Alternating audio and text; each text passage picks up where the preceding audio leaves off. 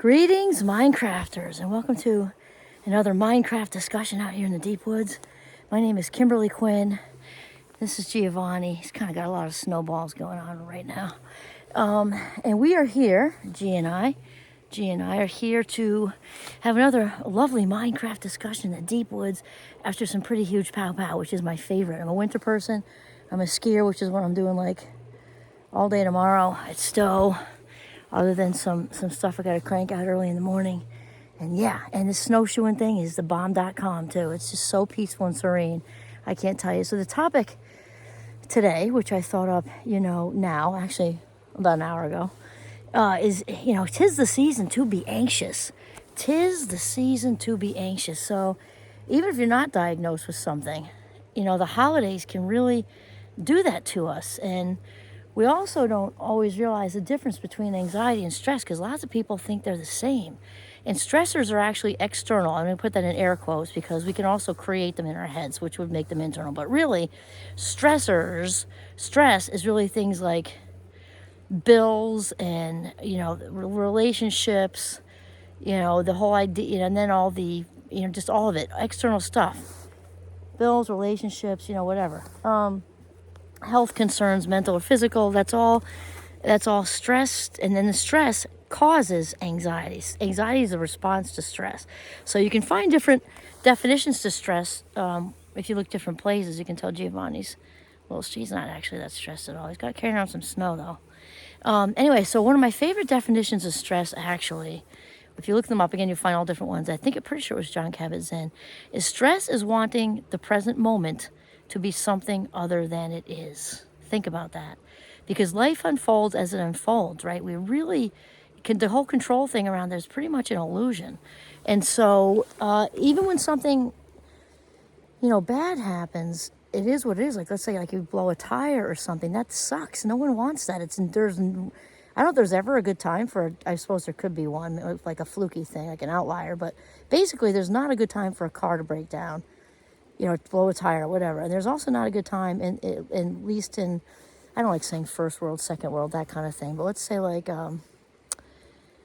in some societies that are fast-paced and very tech-dependent, there isn't really a good time for a computer to go either. And we're usually swearing and kicking and screaming and things like that. When in reality, if the computer broke, it broke. If the car broke down, it broke down. We have to now figure out where to go with it, right? And what, action plan. But actually just wrapping up into all the woulda, coulda, shouldas, and now I'm going to be late, and it's my first date, now they're not going to want to see me again, and it was my interview, now I'm not going to get the job. It was my second interview, now I'm not going to get the job. It was, I'm late to class, and now I'm going to fail because I waited to the last minute to do everything. Or with all the what-if thinking is what really is, that's the anxiety piece. It's not the actual blown tires. You get what I'm saying?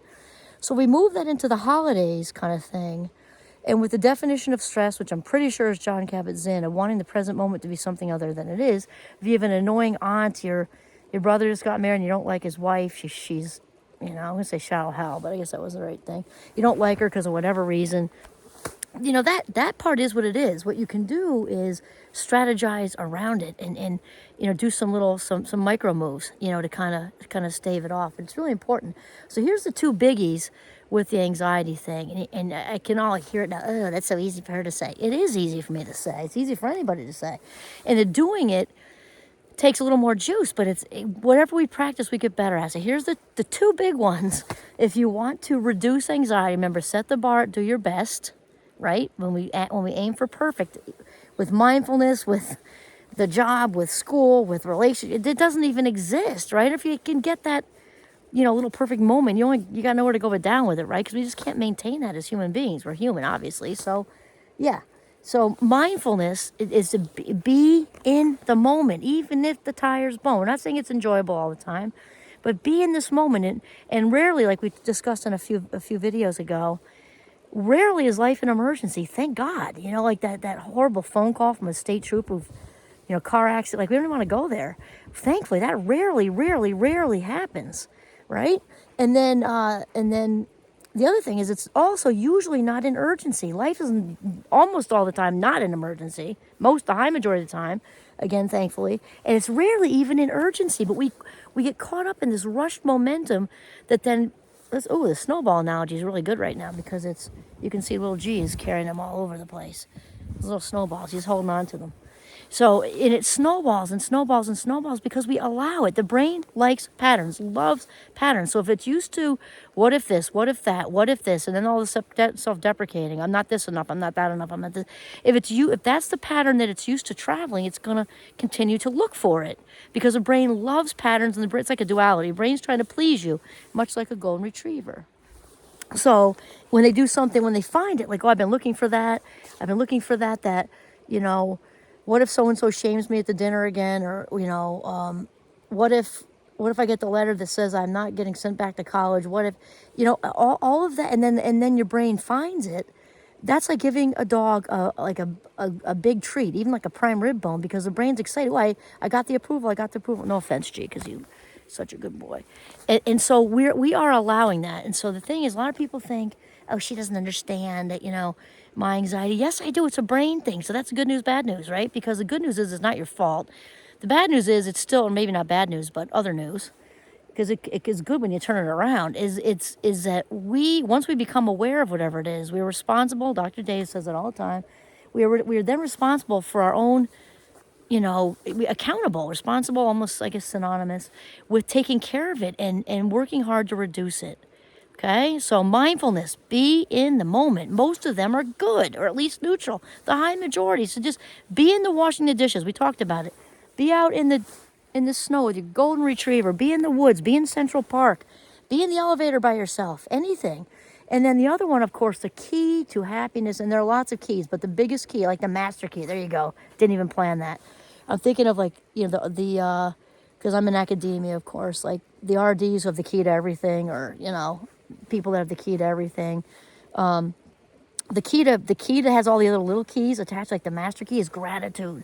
Because when we can find something to be appreciative about and really reside there, because mindfulness and gratitude go together like peas and carrots. You cannot separate them. You can try, but they're together because you're in the moment. You're grateful for, look what's behind me here and all around me.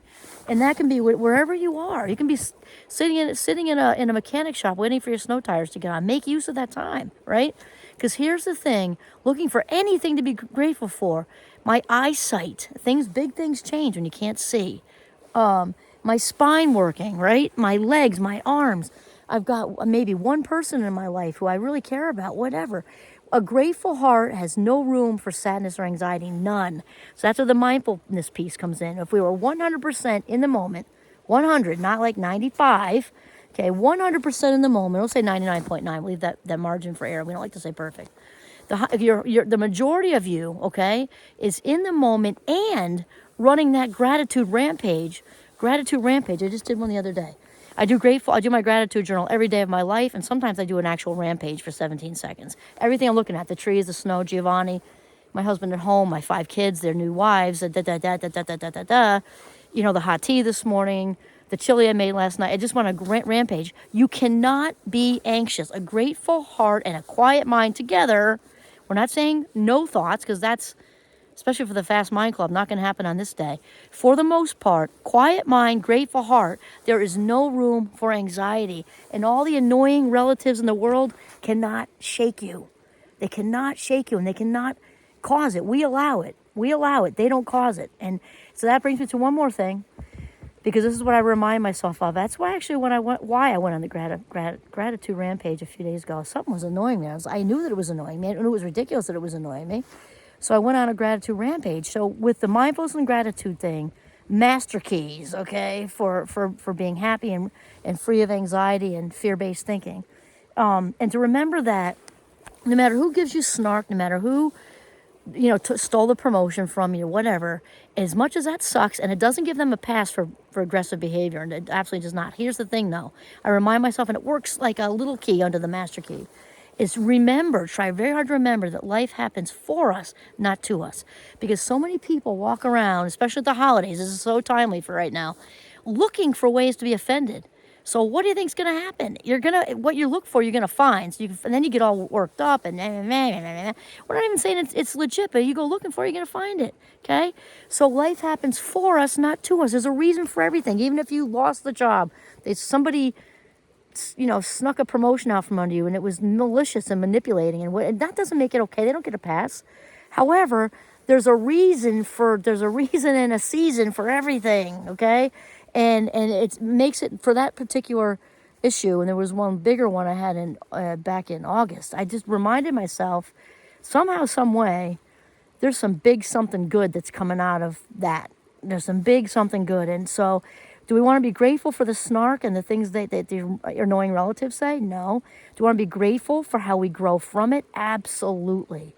We grow from it. We become better at life, right? Better strategizing, figuring out our next move. And that's the last thing I'm going to say is, if you find yourself focusing too much on the annoying person or the annoying tradition or the annoying whatever, work really hard to shift out of that. Because remember, to stay in your high-flying disc, your high-flying frisbee, picture yourself maybe up there in an orange monster hat, living your best possible life. Whatever you pay attention to is what you're attracting. So you don't want to give all kinds of attention to the problem. You want to shift out of that, focus on what your next big move is in your life. Think about, maybe it's job, maybe it's relationship, maybe it's travel, maybe it's whatever. Leave all that petty bullshit behind. It's taking away from your potential, right? Like the pizza we talk about. There's a slice of it going to Aunt so-and-so, brings that horrible bean casserole every year, and then it makes everybody take a taste of it. No, just steal that life minute back and focus on something that's not even related to the holidays. Like the next thing you work, like where you want to go with your life, next big move, something. Wherever your attention is, whatever you attenuate to, sexy 14-karat word for paying attention. Whatever your energy is on, whatever your attention is to, is first of all what's going to make it into memory. That's also a main thing. And the other thing is that's what you're going to attract. So we don't want to focus on the problem. Focus on where you're going with your life and step out of that current. Okay, because the holidays actually can be enjoyed.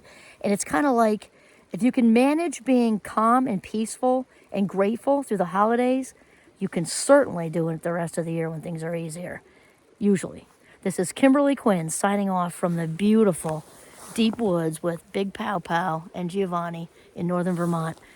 Have a mindful day that has minimal, if any, anxiety.